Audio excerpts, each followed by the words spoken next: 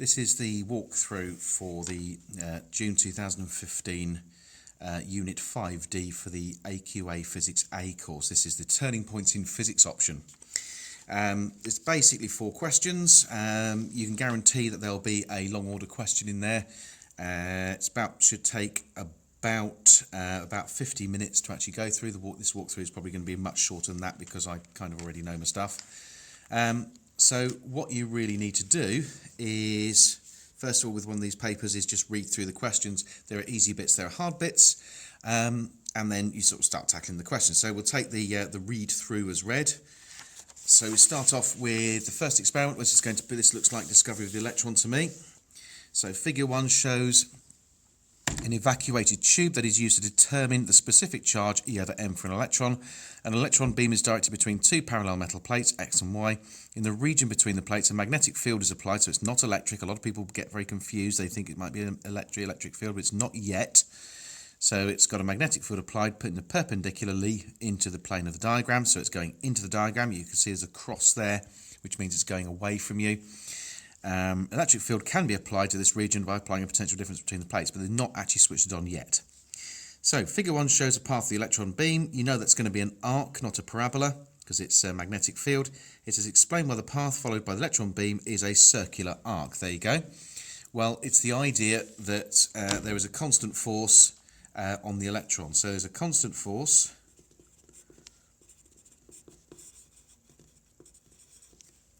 Now, this is actually going to be perpendicular to the magnetic field and the direction of motion. But the most important bit here is perpendicular to the direction of motion.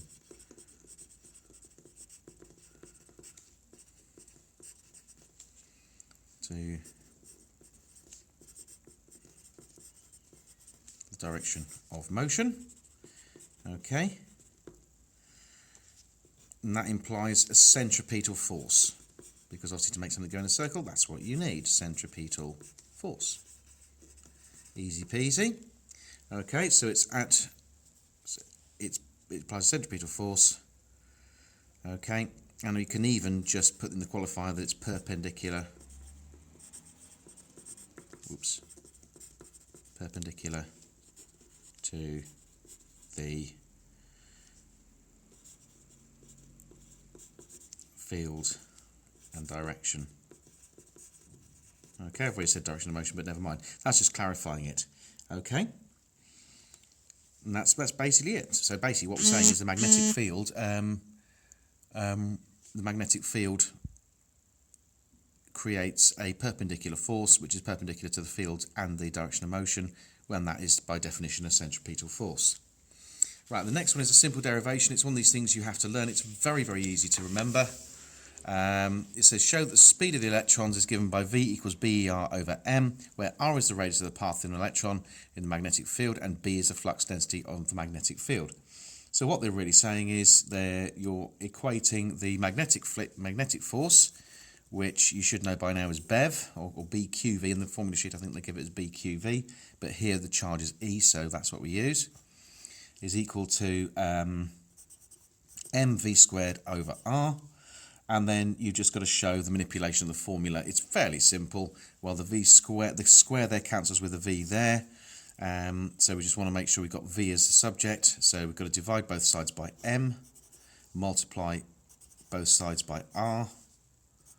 Okay, so the R cancels there, the M cancels there, and we end up with R equals V equals BER over M. Be really careful. Be really careful about showing that V is V and R is R. Examiners may not give the benefit of the doubt if it's not clear which is which. Now, the next one says a PD, V is applied between X and Y. So on the diagram between X and Y, okay, there's a PD applied, and that's going to, without changing the flux density of the magnetic field,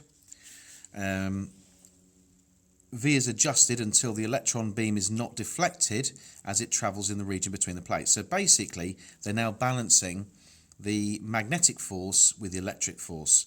It says determine an expression for the speed V of the electrons in terms of the voltage, magnetic flux density, and separation D of the metal plates. So we first of all equate the electric force with magnetic force. So the magnetic force is going to be BeV. The electric force now, it should be E times the charge in the electron. But as you've got parallel plates, you know that the magnetic flux, sorry, the electric field strength is going to be the potential difference divided by the distance. Notice I've exaggerated the size of the cap of the uppercase V there, just so we don't get the two things mixed up. Sometimes it might even help to put little taps on the top there, just to show that really is a capital V, as in the potential difference between the two plates. Multiply it, of course, by the electron charge, and that should then give you the speed. So the speed would then be, the E's cancel, so the speed would therefore be V over B times D. And that's basically the answer to the question. They don't want too much more than that because it's only 1 mark. So they just want the idea you've equated the forces in both cases here. It then says use the equation given in part A, part 2, so it's this equation, to show the specific charge for the electron is, and that's E, well, that is basically E over M, is V divided by B squared times R times D. And what you've basically got here is you've got two expressions for the speed of the electron, and it's exactly the same speed. So I'm going to call this 1, I'm going to call this 2. So that's going to come down over here. So what we're really saying is that the equation for 1 and 2 are actually equal to each other. So what we end up with is BER over M equals big V over B times D, and then we're just really rearranging for E over M. So E over M, to get that you've got to divide both sides by B, okay, and then you've got to divide both sides by R, and then you've got, so that's okay, multiplied by V over B times D. You've got a B there and a B there, so they're going to square. So you've got V at the top. That's going to be B squared times R times D. Proven. Okay? Now what they're looking for here is that you've actually recognised that those two are equal. So that's that question. The next question is the 6 marker. A lot of people avoid the 6 marker because it looks really complicated, but actually the 6 markers are very easy to get 4 marks out of at the very, very least. All you've got to do is make sure you're addressing bullet points. It says if the charge in the electron is known, then its mass can be determined from the specific charge. Describe how Millikan's experiment with charged oil droplets enables the electronic charge to be determined. In the answer, you've got to include the procedures used to determine the radius of the droplet and the charge on the droplet, how the measurements made are used, and how the electronic charge can be deduced. So you've got to think about those 3 particular parts there. So basically it's what he did and how he measured the radius and the charge, what measurements that Millikan took in order to be able to make those measurements, and then how he used those measurements to get the charge of the electron. Now, in order to do this, you're looking at 3 basic steps. So the first thing he did was he measured the terminal velocity of the oil drop. So I'm going to write that down. Millikan measured the terminal velocity of an oil drop, and it was basically falling against a scale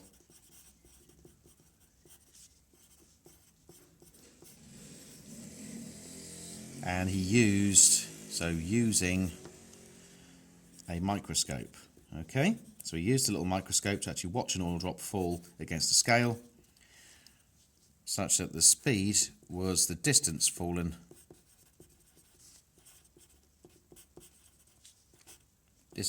divided by the time. Right. He also then, once he'd measured the terminal velocity, he used Stokes' law.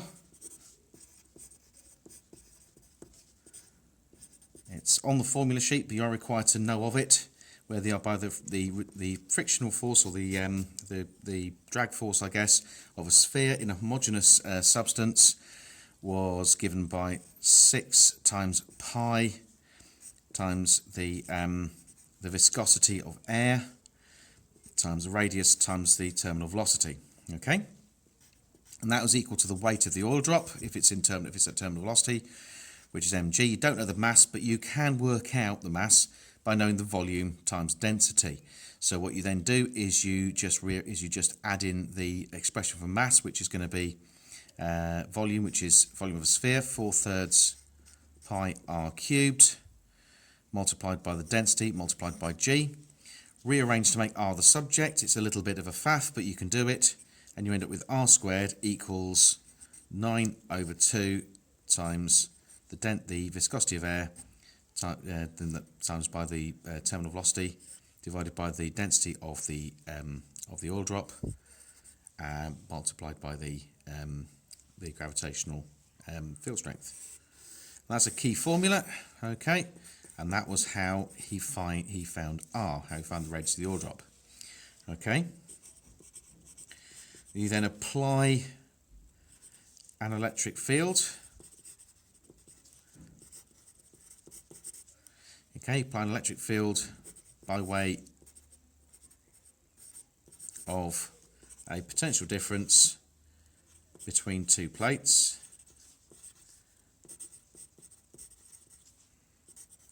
To hold the drop stationary. If that happens, then you know that the electric force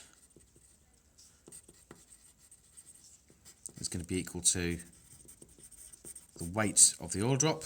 Electric force is electric field strength times charge. Electric field strength for parallel plates is V over D. So I'm going to use big V, so I'm going to put taps on to make sure it's a big V over D times by the charge on the oil drop, which is going to be equal to M times G. Okay, and he used that to find Q, because once he knew R, he could work out what M was. Okay, so it's worth actually putting that into the answer.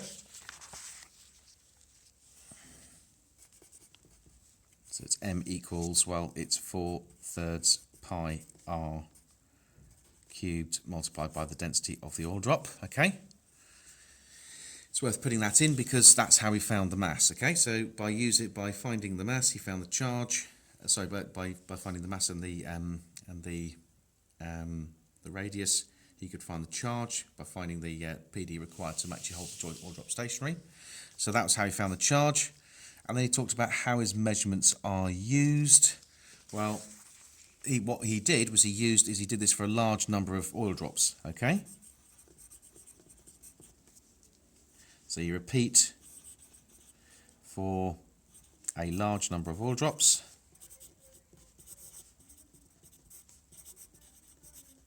Okay, and he found that well, it wasn't all values, but theoretically it would have been all values of Q should be multiples of the charge of the electron. Multiples of 1.6 times 10 to the power of minus 19 coulombs. Okay, and so that therefore gave you the the electronic charge. So that was caused by adding or removing, excuse my handwriting, electrons. Okay, so it turns out that each electron must have that particular charge, and that's basically the rundown of Millikan's experiment.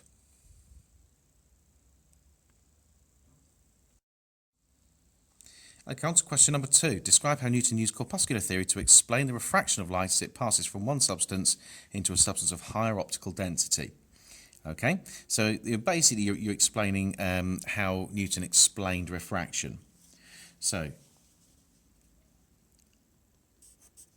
it's Newton's theory.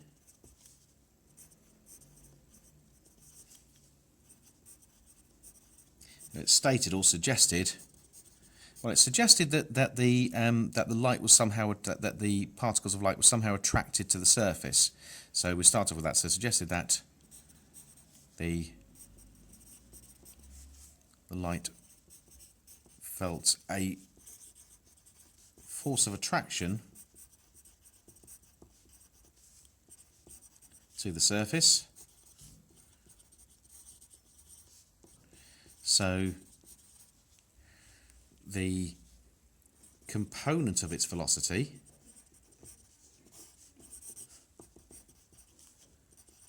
I'll be careful here. Component of its velocity perpendicular to the surface. Notice my use of keywords here.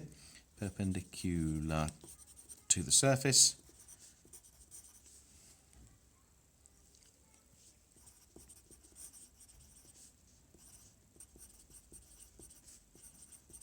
Increased. Okay.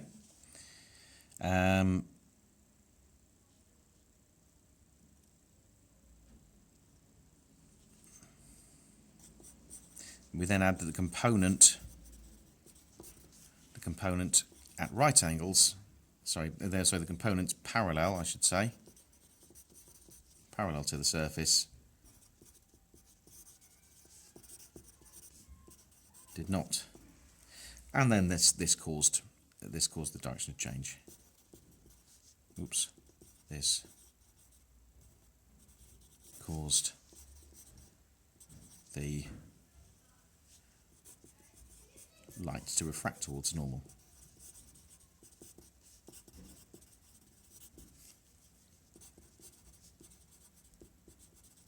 Okay, so this is the 3-mark questions. You've got to be quite careful here. I mean, a lot of people, they spend absolutely ages and ages and ages on the 6-mark question, and then they sort of skip over 3-mark questions. It's half a 6-mark question. So the first thing is you have to appreciate that one component sort of changed and the other one didn't. So the component of the velocity perpendicular changed, the component parallel to the surface did not. So that's important.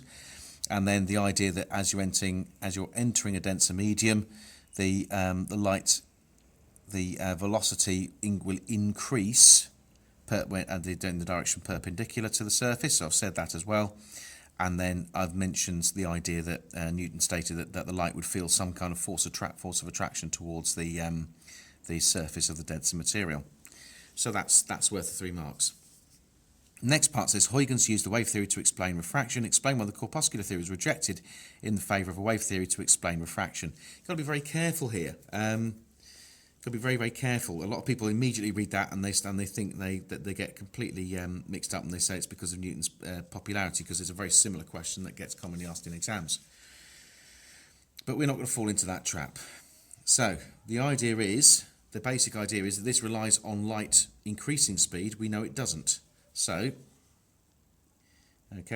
Newton suggested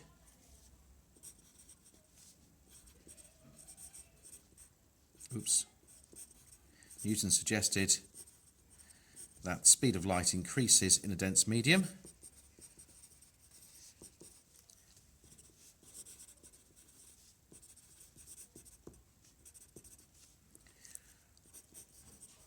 However,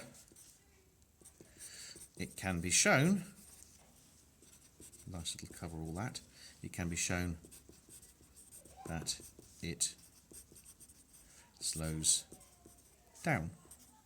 Okay, that's basically it. It's the idea that the light actually travels a bit slower in the optically dense medium, and Newton suggested it travelled faster, which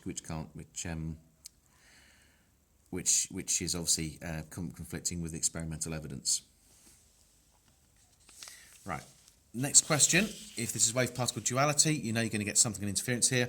So it says, describe and explain the difference in the appearance in the fringes in Young's double-slit experiment that are predicted by the corpuscular theory and the wave theory for light.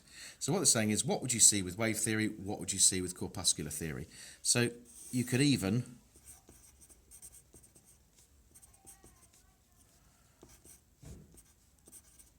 put it into two columns. Okay, corpuscular theory, wave theory. So with the wave theory, we know that it diffracts through the gaps, through the slits, whoops, and then interferes. Okay, with the corpuscular theory, you know that the corpuscular theory can travel, it only travels in straight lines.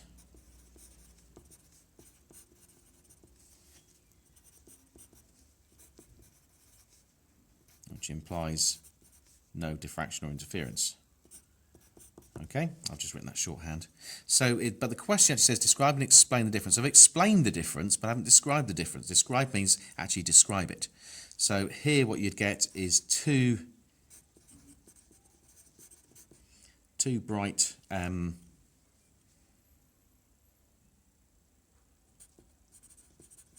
images, okay, i.e. something like that, and here you get an interference pattern.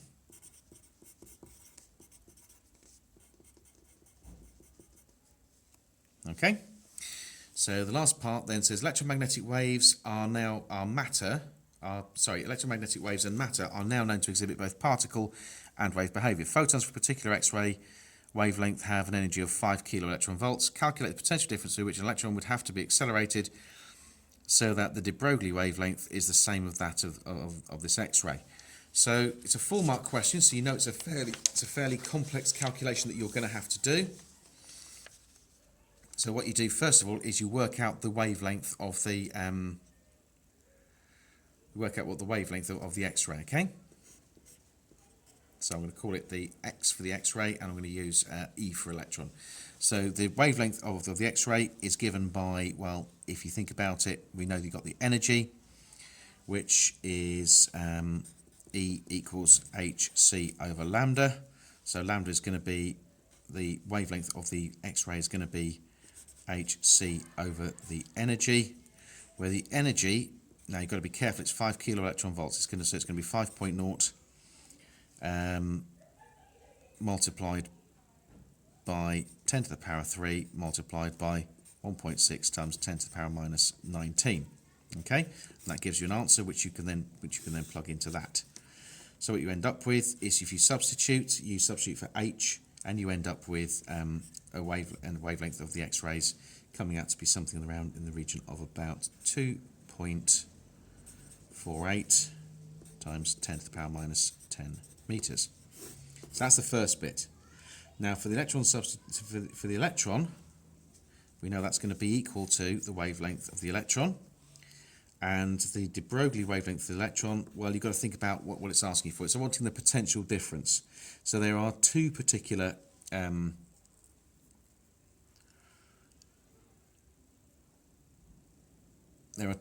ways of doing this. The simplest way is to use the formula in your formula sheet, which say that it's equal to h over the square root of 2 times m times the energy which you give the electron. Here the energy is going to be the potential difference multiplied by the charge on the electron, okay, which is that's what you've got to work out. And so what you end up with is a simple idea. So you end up with lambda equals h over square root of 2 times m times the accelerating voltage times the charge on the electron.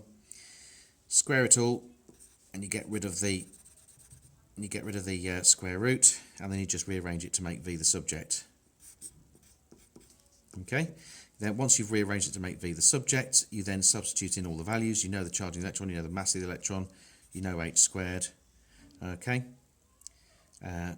You know the de Broglie wavelength, so therefore you just got to work out what v is, and v should come out to be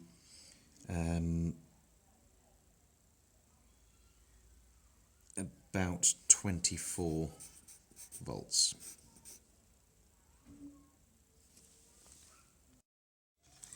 Next question, question number 3, is all about the Michelson-Morley experiment, and it's a simplified version. You haven't got the correcting mirror or anything like that, so they've actually simplified the experiment quite nicely for you. They're talking about the idea that what you see through the microscope are interference fringes. They predicted that the fringes would shift if the apparatus rotated through 90 degrees. They thought the shift would enable them to measure the speed of the Earth through a substance called ether. Some people spell it without the A. That was thought to fill space. So, explain why Michelson and Morley expected the fringe positions would shift as the apparatus rotated through 90 degrees. And it's basically the idea that the speed of light through the ether would actually appear to change. Okay, so they expected that the speed of light through the ether would be the same, but the time taken to travel because you're moving through the ether would actually be different between the two rays. So let's put that first bit in. So time taken for light to travel along two paths would be different.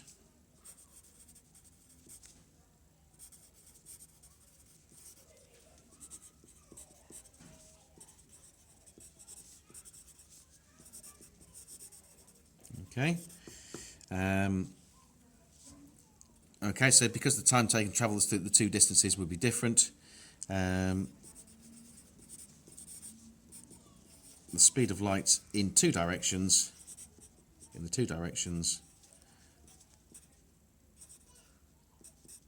would be different as we travel through the ether.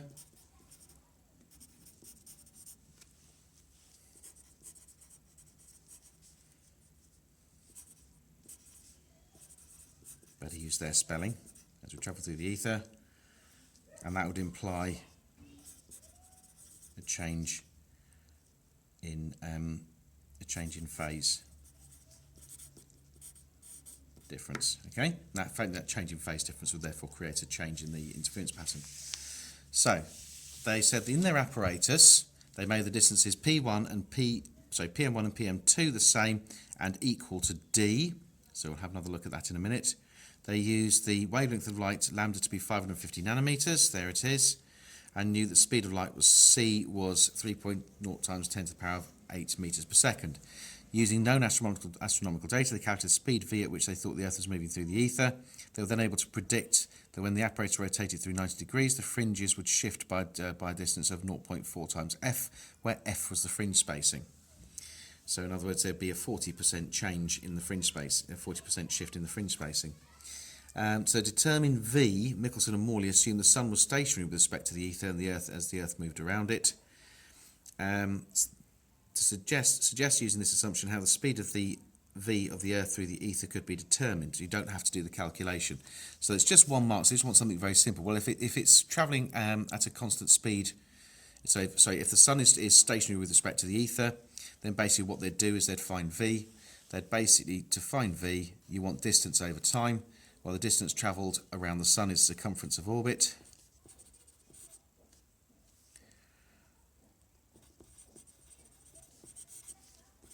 There we are, circumference of orbit, divided by time taken, which is the number of seconds for 1 year. Just say time for 1 year, and that was basically it. That's all you really need to say. I mean, there are other ways of doing it, but you know what? This is much simpler. Michelson and Morley calculated V to be 3 times 10 to the power of 4 meters per second. They worked out the delta F, the magnitude of the expected shift of the fringes, using the formula delta F equals 2V squared D over C squared, blah, blah, blah. Calculate the distance D they used in their experiment, okay? So what we're looking for is basically a rearrangement of that, because it's only one mark. So to rearrange that, we end up with V squared. Well, let's put V in because we're going to square root it afterwards. So V squared would be delta F multiplied by C squared times lambda divided by 2 divided by D divided by, sorry, not dear, oh dear, what am I doing? They calculate the distance D they use in the experiment. We arranged to make D the subject. What a numpty.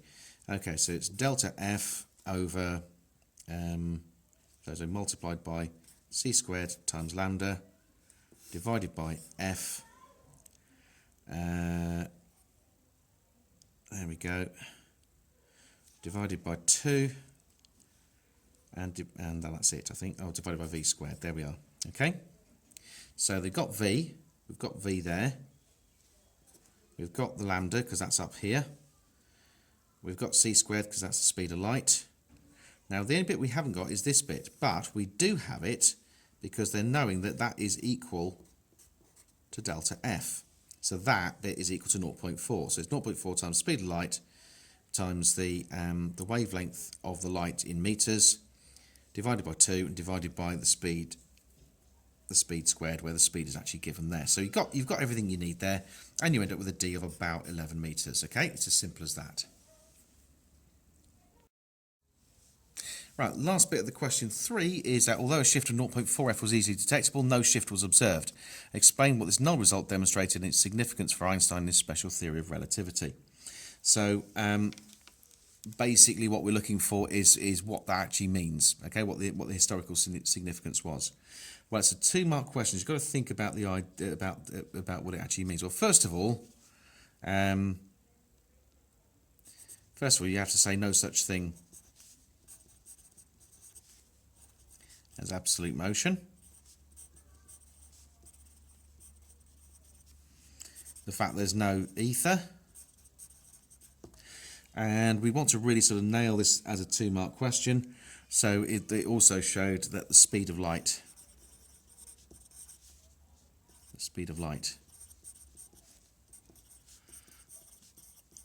is the same, what we call invariant, the same for all observers.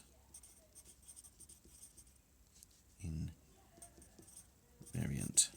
Okay, and that's the end of question number 3. Okay, on to question number 4. Now this is going to be a relativity question. So you've got a muon is an unstable particle produced by cosmic rays in the Earth's atmosphere. Muons are produced at a height of 10.7 kilometers above the Earth. Remember to turn that into meters at some point, I'm sure. They travel at a speed of 0.996 c towards the Earth, where c is the speed of light in the frame of reference of the muons. The muons have a given half-life of 1.6 times 10 to the minus 6 seconds. So calculate how many muons will reach the Earth for every 1,000 that are produced at a height of 10.7 kilometers. There are a couple of ways of doing this. One is to use an adjusted half-life using the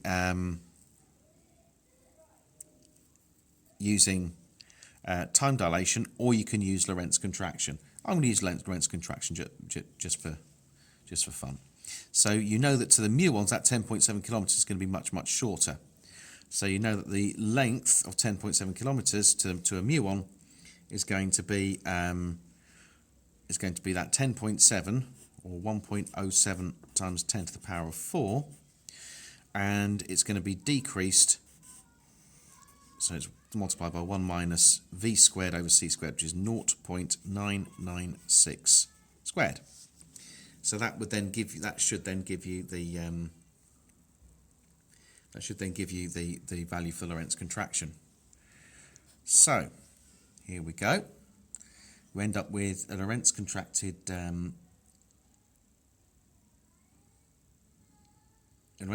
distance of 956 meters. Okay, and then you can work out the time. The time for that is going to be the distance 956 meters divided by 3.0. Sorry, where are we? Yes, it's going to be the distance. So it's going to be 3.0 times 10 to the power of 8 multiplied by 0.996, and we end up with a time of 3.2 times 10 to the power minus 6 seconds. Okay. Now, if you then look at what the half-life is, the half-life is 1.6 times 10 to the power of 6. So that is equal to 2 times the half-life, which implies there would be a quarter of the number. So for every 1,000, you're going to get 250. Okay. So for 4A part 2, used as a tick box, nice and easy, one of these statements is correct. So for an observer in the laboratory on Earth, the distance travelled by a muon that reaches the Earth is greater than the distance travelled by the muon in its frame of reference. That's not right. No, it is right, sorry. So for an observer in a laboratory on Earth, time passes more slowly than it does. Well, no, it doesn't. It passes more slowly for the muon. For an observer in a laboratory on Earth, the probability of a muon decaying each second is lower. That's not right, because it would mean that it's, that wouldn't be right, because it's because the probability is sort of proportional to 1 over the half-life, and the half-life is obviously going to be is obviously going to be lower. So that's not right. So that's got to be the one that's right. Right, nearly there. Show the total energy of the electron that has been accelerated at a speed of 0.98 c is about 4 times 10 to the minus 13 joules. Okay, so remember what we're looking for is the rest mass energy. So we're using we're looking for is the matter energy. So E equals mc squared, where m is going to be the rest mass divided by 1 minus v squared over c squared. Okay, well that's 0.98. One of the most common mistakes made by candidates, by the way, in relativity questions is forgetting to square here and forgetting to square root afterwards, okay? 1 minus, not 1 plus. So we end up with the idea that E equals m0 times c squared over square root 1 minus 0.98 squared. That's easy enough, okay? And you substitute in the values and you will get something in the region of about 4.12 times 10 to the minus 13 joules. Obviously, when you're answering the exams, I've gone through this quite quickly to save you a bit of bother, but actually when you're doing this, you should be showing your substitution. So you see that is also approximately equal to 4 times 10 to the power minus 13 joules. Okay, that's the bit they're interested in. They're interested in that formula. They're interested in the value you've got here, the examiner is. And then the last part is then to say the total energy of an electron travelling at a speed of 0.97 is given by this number. Okay, so you've got a slightly different energy. Calculate the potential difference required to accelerate an electron from a speed of 0.97 to a speed of 0.98. Well, if you get that, then basically you're looking for the change in energy. Okay. Is going to be equal to the charge in the electron multiplied by the PD required to accelerate it. Still, laws of physics still apply. So you've got the change in energy. That's going to be 4.12. You should always use a calculated value here, particularly as you've got 3 significant figures here. So it'd be 4.12 minus 3.37, all multiplied by 10 to the power minus 13. Okay. You can divide it by the charge on the electron and you end up with a potential difference of, the change is going to be about 7.5 times 10 to the minus 14 joules divided by the charge on the electron, which is 1.6 times 10 to the minus 19, which will give you about 469 kilovolts. As you've got it in volts there, you put 469,000 volts, and that's the job. That's the job done. And that's the end of the paper.